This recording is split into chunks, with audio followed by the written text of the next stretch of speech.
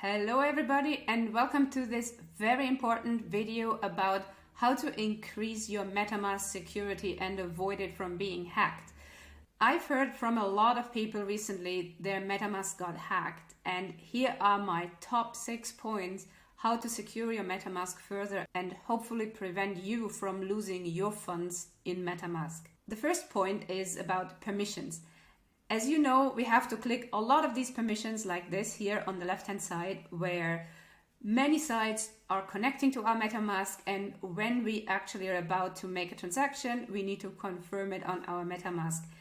To be honest, sometimes we do not really read anymore. We just click confirm, confirm, confirm, and confirm. But please, especially if you're not on one of these rather trusted sites like PancakeSwap or SushiSwap, or one of the projects you really trust, be very careful and try to read what you're actually confirming this site to do with your wallet. There have been instances where people unknowingly confirmed that the site has unlimited access to their USDT dollar coins, for example, to their Binance USD coins, and so on. How can we limit our risk in these kind of situations? What you can do here is to actually create sub-accounts on your MetaMask wallet. Most people's MetaMask will look like mine here. It says account 1, you got an address here, and that's where you do everything, every transaction, everything. You will just switch here to your different networks in this account 1. What we can actually do is create sub-accounts for each project that we're interacting with, and then limit access of these sub-accounts to the site and the project that we're currently interacting with.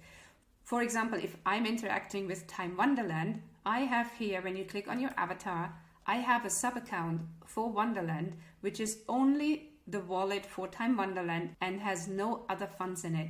That means if any of these projects ever went rogue and had some kind of permissions that would allow them to have access to all funds in your wallet, at least it would have only access to that specific sub-account, and your other projects and your other money would be safe. How do we create such accounts? In order to create such an account, you click the avatar here and click on this plus sign, create account. Here you would name it whatever you want. In this case, let's say we do want to set up this kind of Wonderland wallet account. Okay, in my case, it already exists. All you would do is click create here. Then you got your Wonderland wallet account, and when I switch to it, you will see that my wrapped memo are already in this Wonderland wallet. I have, just before this video, created this wallet and transferred the wrapped memo into it. But I have left my AVAX still in my main account wallet. So let's switch back. As you can see, my AVAX are still in my main account's wallet. So what we're going to do now together is how to transfer these AVAX or any other token to your new sub account. Let's get started. So first you click on AVAX and you say send. And here it already gives you an option of transfer between my accounts. That's exactly what we want to do. And we want to transfer those AVAX. Remember, the AVAX are important if we have to pay gas fees, for example. We want to transfer them to the Wonderland wallet. Here we want to transfer all of them, so I can just click the max button here and press next. And then you press confirm. You can see that it's currently still pending, and I'll be right back when they have arrived. Okay, here we're back. They have just arrived. So let's check them in our assets.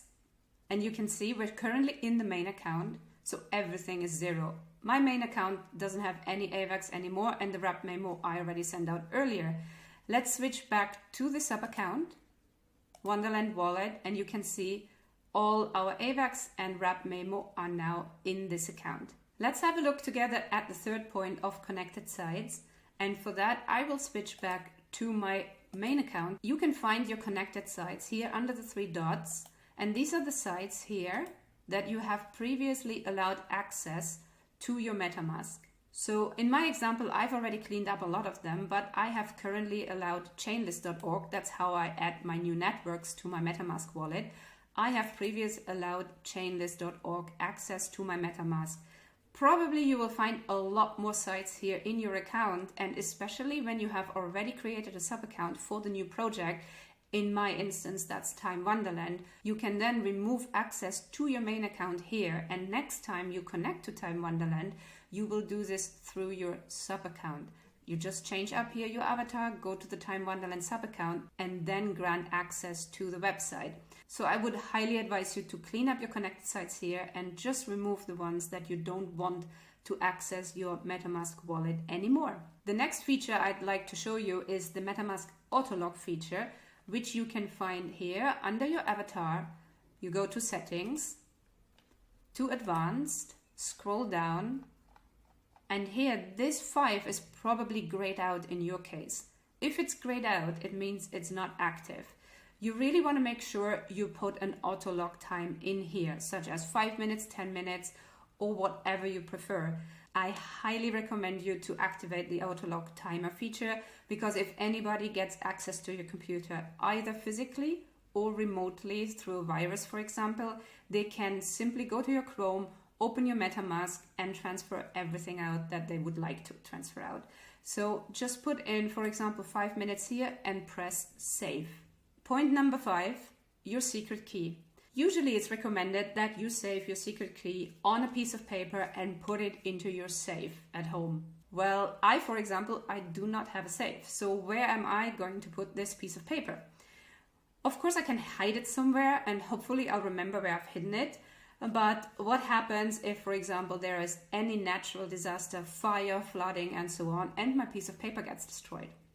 So in this case, I keep another copy in my KeePassX. KeePassX, in my opinion, is a wonderful password manager. It's not fancy at all. It has now no real cloud functionality. It has nothing fancy, right? But it's just a simple database of passwords that you can encrypt with a master password and then, of course, unlock it with your master password and have access to your passwords anytime. This file then, this database file of KeePassX, you can actually store it either in iCloud or anywhere else for that matter, because you do need your master password to open it. Whereas if, for example, you decide to put your secret key in Notes or in a Word document on Google Drive, this is really not safe because it can be hacked anytime. But if you put the database file of KeePassX in such a cloud storage, then it is safe simply because you know the master password to it. Last but not least, point number 6, VPN.